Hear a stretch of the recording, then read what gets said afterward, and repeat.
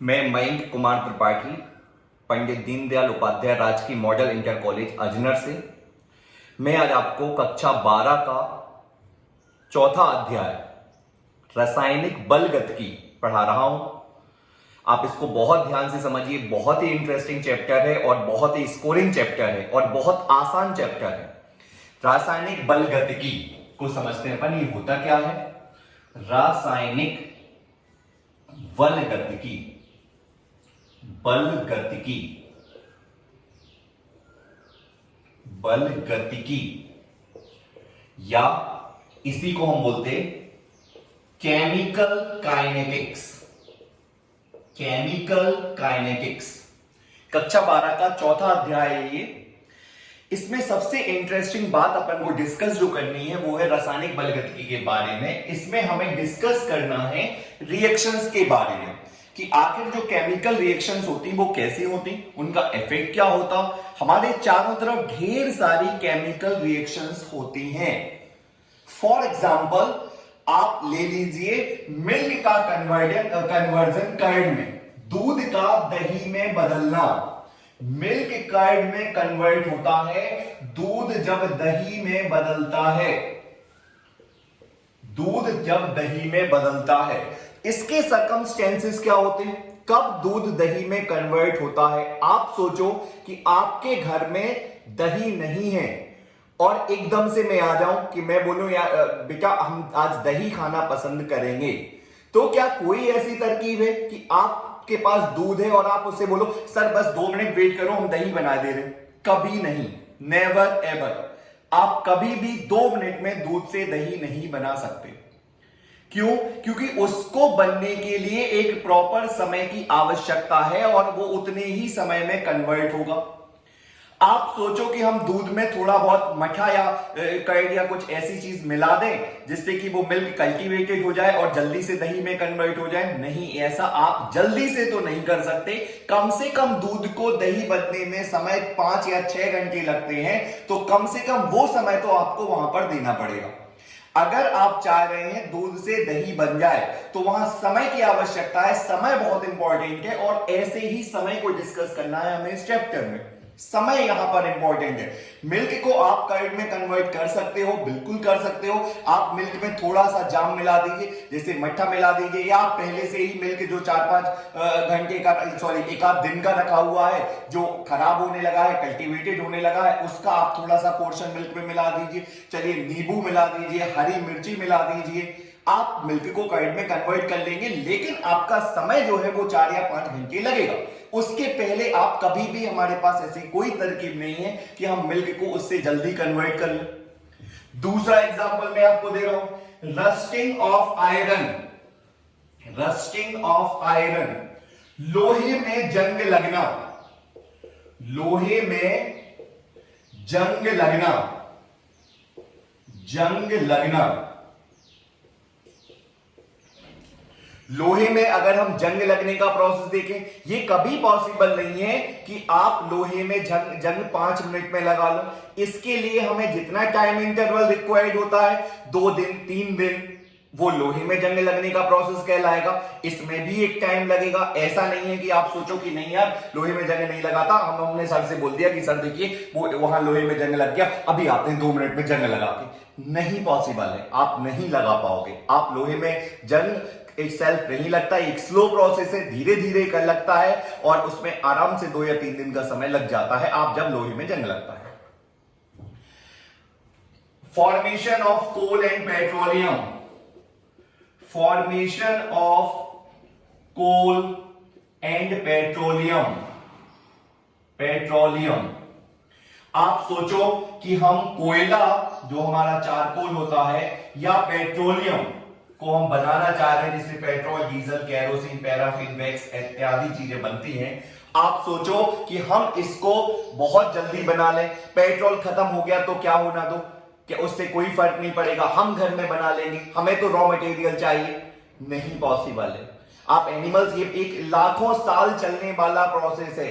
ये 2 या 3 घंटे का प्रोसेस नहीं है, ये 4 या 6 महीने का प्रोसेस नहीं है, इसमें बहुत सारा समय लगता है। और ऐसे ही समय का डिस्कशन करना है हमें इस चैप्टर में कि कोई केमिकल रिएक्शन समय के साथ कितना चेंज आ जाता है, कैसे कोई प्रोसेस समय के साथ आगे बढ़ता है। That all will be discussed in this chapter. The name is chemical kinetics और रासायनिक बलगतिकी।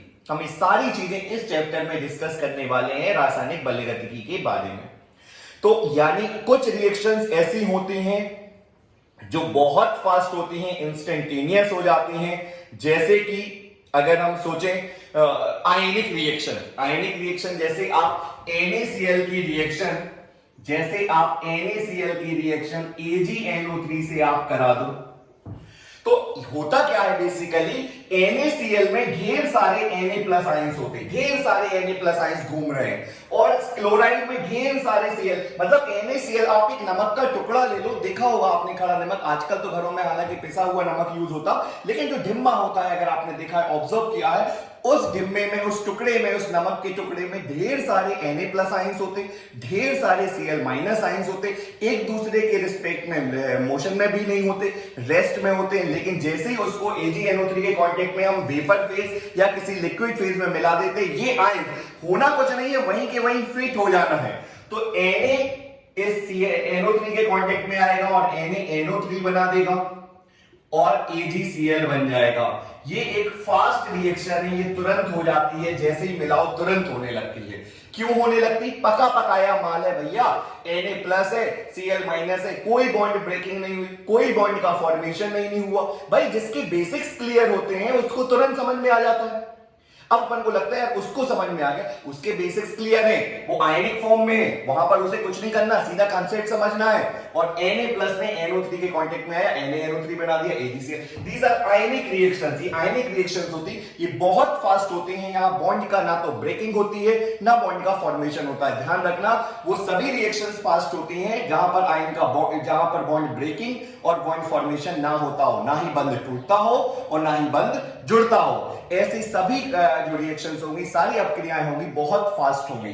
तो ये अभिक्रियाएं बहुत फास्ट होंगी जो आयनिक रिएक्शंस है। क्वेश्चन आ जाता है, आयनिक अभिक्रियाएं अधिक तीव्र क्यों होती हैं? आप बता दोगे आयनिक अभिक्रियाओं में ना तो बॉन्ड टूटते हैं, ना ही बॉन्ड बनते हैं। अगर ना बॉन्ड टूटेंगे, ना ही बॉन्ड बनेंगे, यहां पर भी आयंस है, यहां पर भी आयंस है, तो जब बॉन्ड ना टूट रहे हैं, ना बन रहे हैं, तो ऑब्वियसली बात है अभिक्रिया फास्ट होगी, बिल्कुल फास्ट होगी।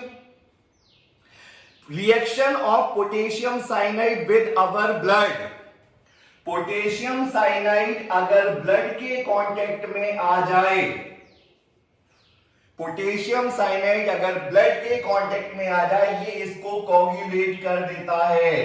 कोगुलेट का मतलब इसे जमा देता है, ब्लड अपना जम जाता है वहीं के वहीं। और अगर ब्लड जम गया तो क्या होगा? सबको पता है, वही होगा जो भगवान चाहते हैं। मतलब भगवान की मर्जी है, भगवान तो कभी नहीं चाहते, भगवान की मर्जी है। तो कहने का मतलब यह है कि पोटेशियम साइनाइड अगर आपके ब्लड में टच हो गया, दुनिया का सबसे खतरनाक पॉइजन, अगर आपके ब्लड में, आपके ब्लड से कांटेक्ट हो गया इस पॉइजन का, निश्चित है कि आप वहां पर कुछ लिख भी नहीं पाओगे। यही रीजन है we do not have any test, We don't know what is the taste of potassium cyanide. हमें यह भी नहीं पता कि पोटेशियम साइनाइड का क्या टेस्ट होता है। ये स्वीट होता है, ये मीठा होता है, या खट्टा होता है, या सॉल्टी होता है। बिकॉज जिसने आज तक इसको यूज किया, वो जिसने भी टेस्ट किया, वो कभी बताने के लिए रहा ही नहीं, वो जीवित ही नहीं बचा।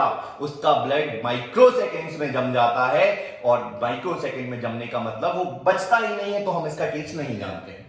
फाइन, ये थी कुछ फास्ट रिएक्शन। कुछ मैंने आपको स्लो रिएक्शंस भी बताए, जैसे ये, दीज आर स्लो रिएक्शंस। ये रिएक्शंस इतनी स्लो हैं कि इनका रेट का मतलब कितना रिएक्टेंट कितने समय में कितना प्रोडक्ट बना रहा है, कितना रिएक्टेंट कितने समय में कितना प्रोडक्ट बना रहा है, कितने अभिकारक, रिएक्टेंट मतलब अभिकारक, कितना अभिकारक है आपके पास, कितना आपका उत्पाद बन रहा है और कितने समय में बन रहा है। आपके पास बस तीन ही चीजें कैलकुलेट करने को रहेंगी इस थ्रू आउट द चैप्टर। तो रस्टिंग ऑफ आयरन एक स्लो प्रोसेस है, मिल्क का कर्ड में कन्वर्जन, दूध का दही में बदलना भी एक स्लो प्रोसेस है, कोयला या पेट्रोलियम का फॉर्मेशन होना, निर्माण होना, ये भी एक स्लो प्रोसेस है।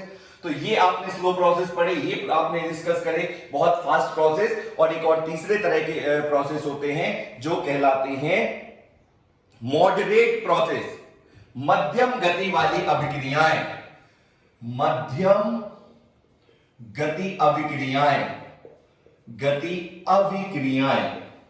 ये सबसे ज्यादा है, संख्या इनकी सबसे ज्यादा है।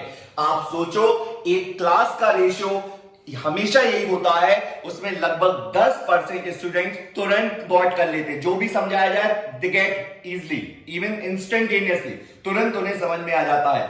जबकि 30% स्टूडेंट्स की संख्या ऐसी होती है जहां पर उनको समझने में थोड़ी दिक्कत होती है, दे आर स्लो प्रोसेस। लेकिन ज्यादातर पोर्शन लगभग 60 से लेके 70% तक पोर्शन मॉडरेट होता है।